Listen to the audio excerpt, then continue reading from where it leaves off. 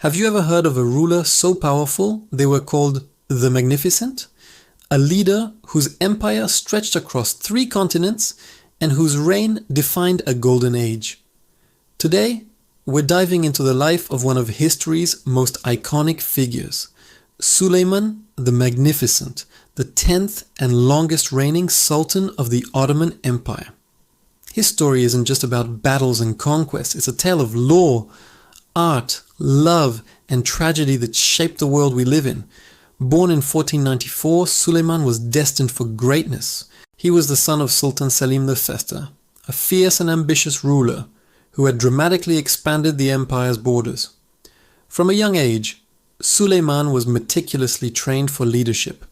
He served as a provincial governor, learning the intricacies of administration, warfare, and diplomacy. When his father died in 1520, Suleiman ascended the throne at the age of 26, inheriting an empire that was already a global superpower. But no one could have predicted just how far he would take it. One of the first things Suleiman did was signal that his rule would be different. He was not just a warrior, but a just ruler. He returned confiscated property to its rightful owners and punished corrupt officials, earning the trust and loyalty of his people.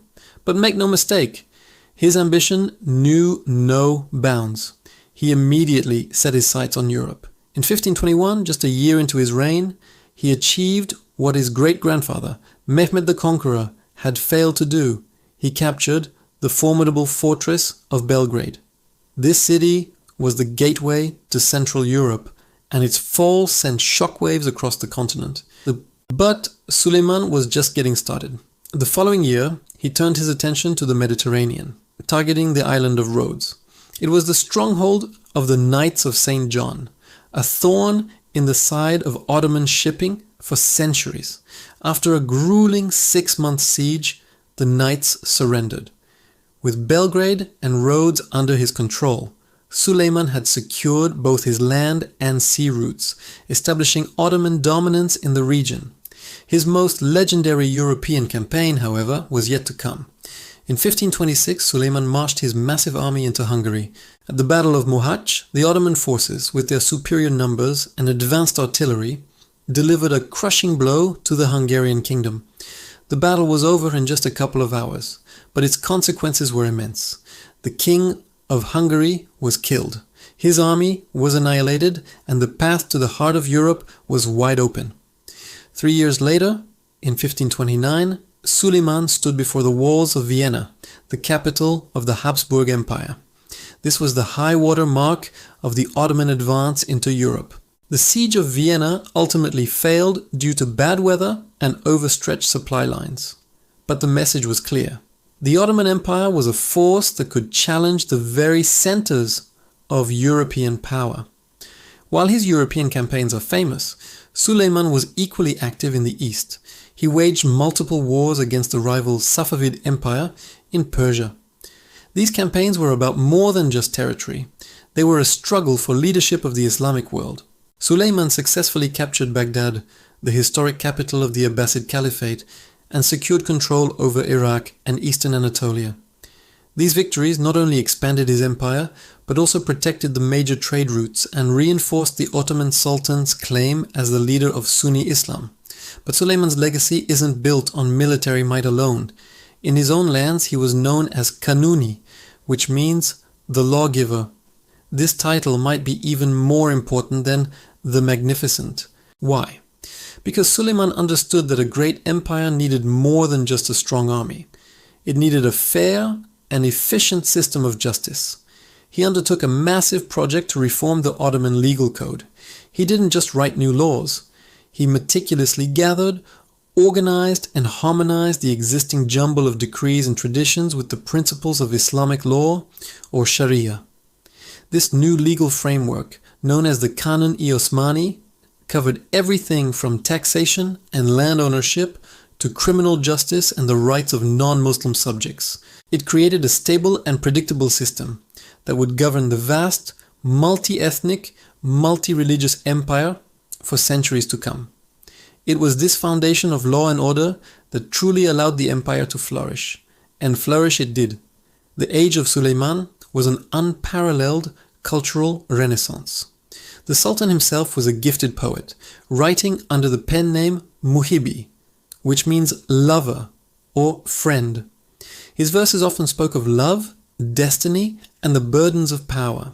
He was a great patron of the arts, and under his rule, Istanbul became the artistic and intellectual center of the world. He commissioned countless mosques, bridges, and palaces, transforming the city's skyline.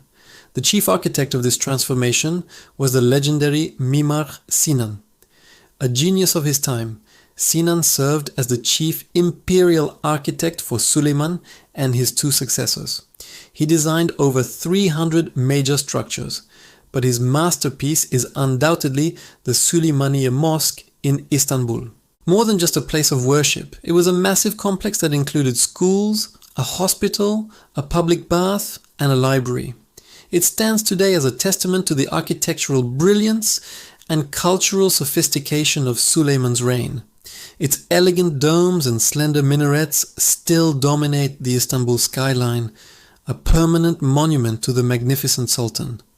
However, behind the glittering facade of imperial power, Suleiman's personal life was filled with drama and heartache, much of it centered around his own court. The politics of the harem were complex and often deadly. His most trusted advisor and Grand Vizier for 13 years was his childhood friend, Paragalı Ibrahim Pasha. Ibrahim was incredibly powerful, virtually a co-ruler. But his immense influence bred jealousy and suspicion. Ultimately, Suleiman, perhaps fearing Ibrahim was becoming too powerful or was swayed by court intrigue, ordered his execution in 1536. Ibrahim was strangled in his sleep, a shocking end for the Sultan's closest companion. Even more tragic was the fate of his own son, Shehzade Mustafa. Mustafa was the eldest son and the heir apparent.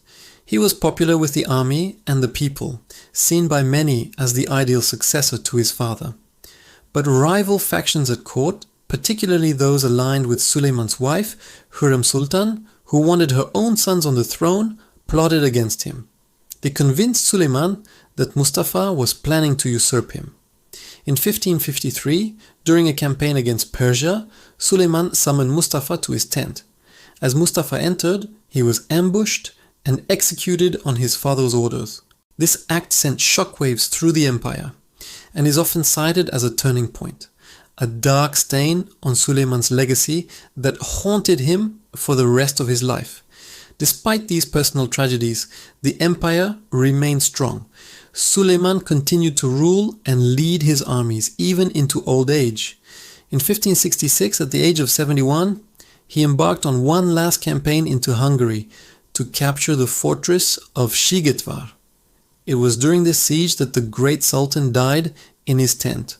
To prevent panic and maintain the army's morale until the fortress was taken, his Grand Vizier kept his death a secret for over a month, even propping up the Sultan's body in his litter to create the illusion that he was still alive. Once the victory was secured, the news was finally revealed. Suleiman's body was brought back to Istanbul and buried in a magnificent mausoleum next to his beloved Süleymaniye Mosque. So how do we remember Suleiman the Fettu? He was a brilliant military strategist who doubled the size of his empire. He was a visionary lawgiver whose legal codes provided stability for centuries. He was a patron of the arts who presided over a cultural golden age. His 46-year reign represents the absolute zenith of Ottoman power, influence, and prestige. Under his leadership, the Ottoman Empire wasn't just a regional power. It was a central player on the global stage, shaping the politics of Europe, Africa, and Asia. His story is a powerful reminder that history's greatest figures are rarely simple heroes or villains. They are complex individuals whose legacies are a mixture of magnificent achievements and profound human flaws. Suleiman the Magnificent, the Lawgiver, was truly one of history's giants. Thanks for joining us on this journey back in time. If you enjoyed this video, don't forget to like, share, and subscribe for more deep dives into history's most fascinating characters. Let us know in the comments which historical figure you'd like us to cover next. See you in the next one.